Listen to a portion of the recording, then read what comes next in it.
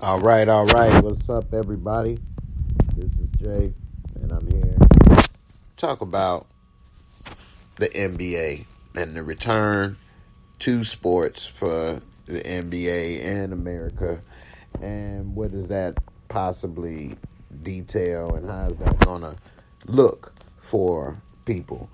And so today, the NBA approved a plan to return to action, and those that are fans of the NBA know that the season ended and because of the coronavirus, and they weren't able to finish the season, and some teams were in the playoff hunt and others were not. And so now everybody's wondering, well, how they going to deal with that and what's going to happen and all of that. And so they came up with a plan. The NBA was the first of the major sports leagues to shut down when Rudy Gobert for the Utah Jazz tested positive for coronavirus. And then they canceled the game and pretty much was the first league to shut down. Now they're going to be the first to open. And they have a plan in place. Now, originally they was trying to maybe do something in Las Vegas, but that was looking a little more difficult to probably pull off. And so what they did is they ended up going with Disney World, Wide World of Sports.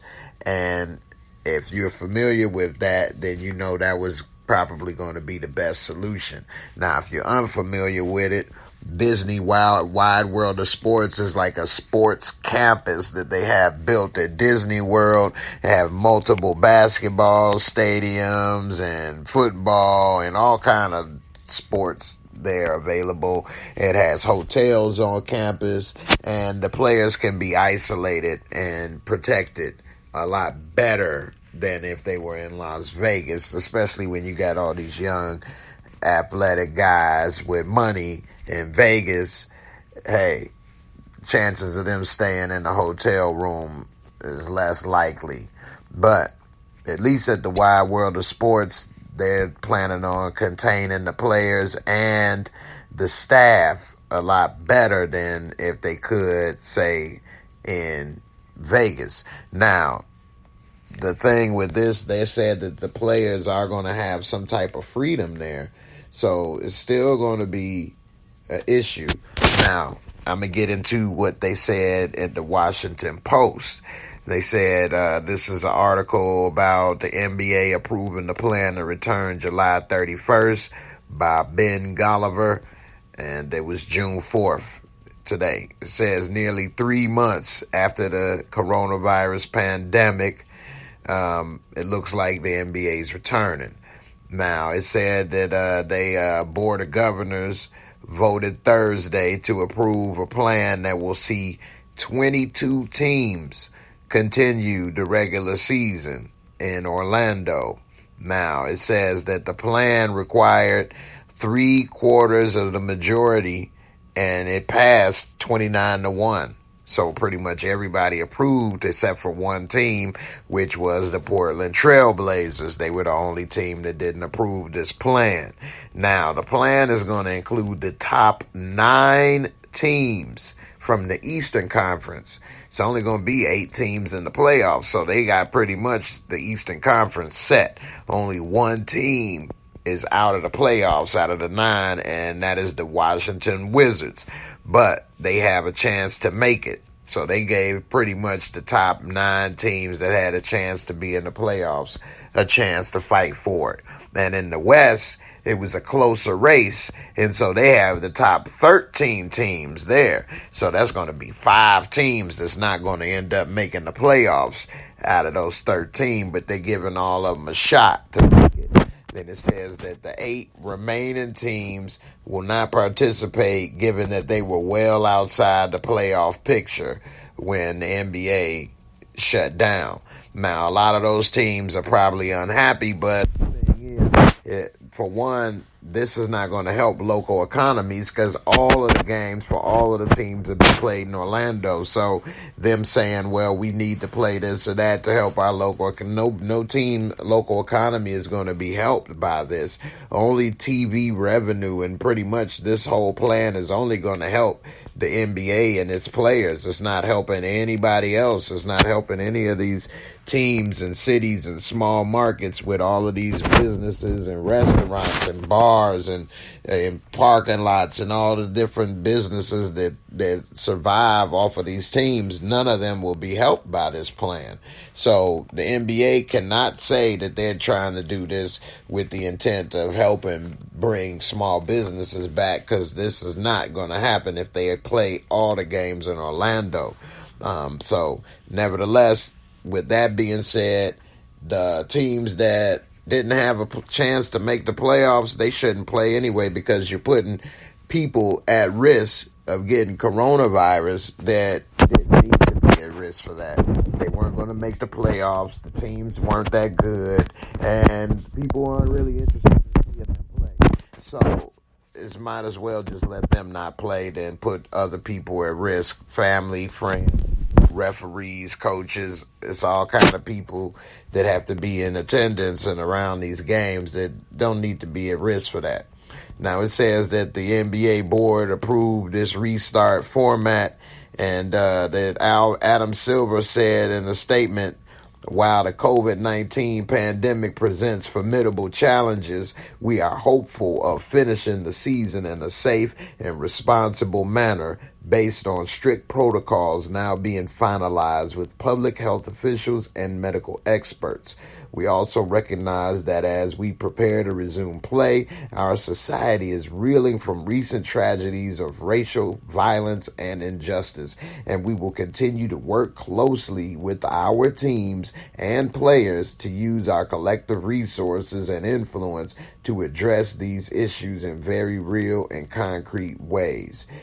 Now, that's true, and I agree with what he said, but at the same time, is this the wrong time to try to bring the NBA back, considering what's going on in America? A lot of people are saying they need distractions. I think that's part of the reason why we're in the problems we're in now. People have been distracted too long instead of standing up and fighting for what's right or paying attention to injustice. Too many people have been distracted and not been able to focus on certain things. And now that there is no distractions going on, things are getting done. People are standing up to what's wrong, and it's actually a good thing. It shows that we had too many distractions going on in this country, and I kind of don't want another distraction to go on, but I do understand the need for it. So I'm kind of caught in the middle myself. It says that all 22 teams that's going to be involved, and that's what, 15-man roster for each team. It probably got an extra man or two inactive.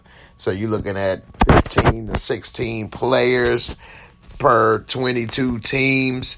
And then you got to add in all of the coaches and everything. So just on an easy math level, it's probably at least 25 people, coaches and players and everything per team. And 22 teams, you're looking at pretty much roughly around 550 to 600 people that have to be tested. And one thing that they never talk about is the testing actually hurts. They stick something down your nose, and it's like a little scrubber. It scrubs the brains out. And, I don't think people want to go through that every day. Or 2-3 times a week.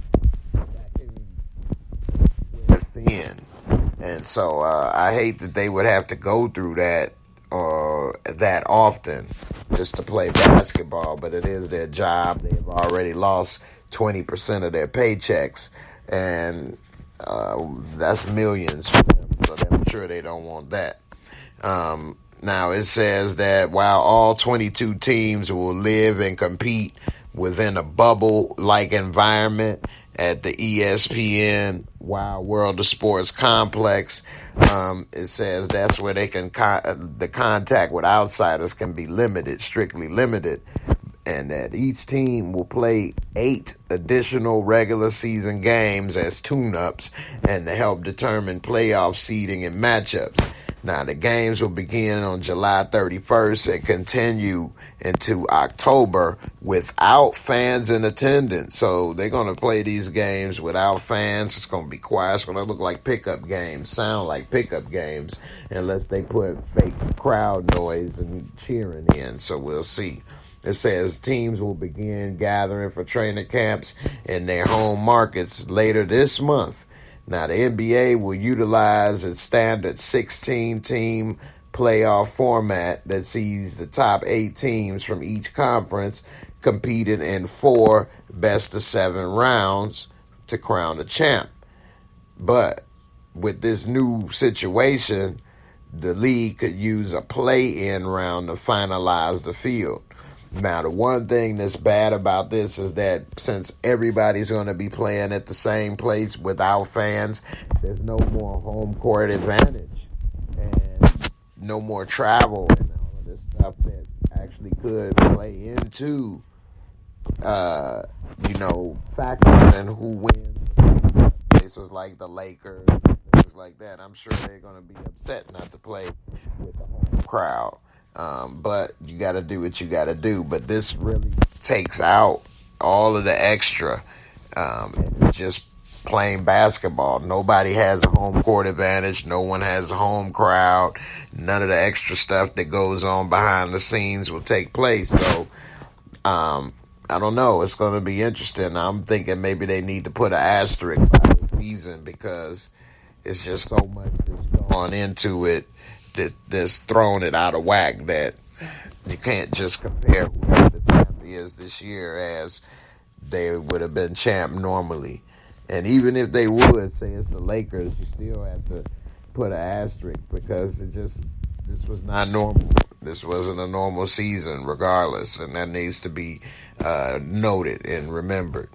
At the end, they say the 8 regular season games, top 7 teams from each conference will have their seeds locked. If the 8th seed in either conference holds more than a 4-game lead over the 9th seed, then it too will advance automatically. If not, the 8th seed will proceed to a play-in round against the 9th seed to claim the final playoff spot. To advance, the 8th seed would need to beat the 9th seed only once, while the 9th seed would need to win 2 consecutive games.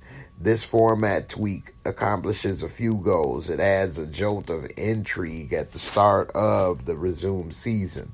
It allows the league to increase its TV inventory, and it ensures that Zion Williamson, the Pelican star rookie, gets a chance to compete. Now, this play-in round provides a path to the playoffs for 6 teams that were on the outside looking in back in March. The Wizards, the Pelicans, Blazers, Kings, Spurs, and the Phoenix Suns, while still favoring the incumbent 8th seeds with the single-double elimination play-in format. The NBA's return to play process has unfolded in unusual fashion, and Adam Silver hasn't pretty much said anything since the initial news conference he had back in April, and he declared then that the league's return would be dictated by the data and not the date. But now we see that pretty much nothing has changed since then other than the date. There hasn't been any drop in coronavirus case counts in the country. There is no increase in nationwide testing, and there is no possibility of a vaccine yet. Yet the NBA, which is facing billions of dollars in lost revenue with all of these games canceled and arenas closed, has moved forward with Disney and is putting on the games. Now, I guess they feel they may be able to do this because they're going to quarantine everybody and not have fans in attendance. But in the end, I don't know, you're still putting in 500 to 600 players and coaches in danger, let alone all of the people that work on site at Disney and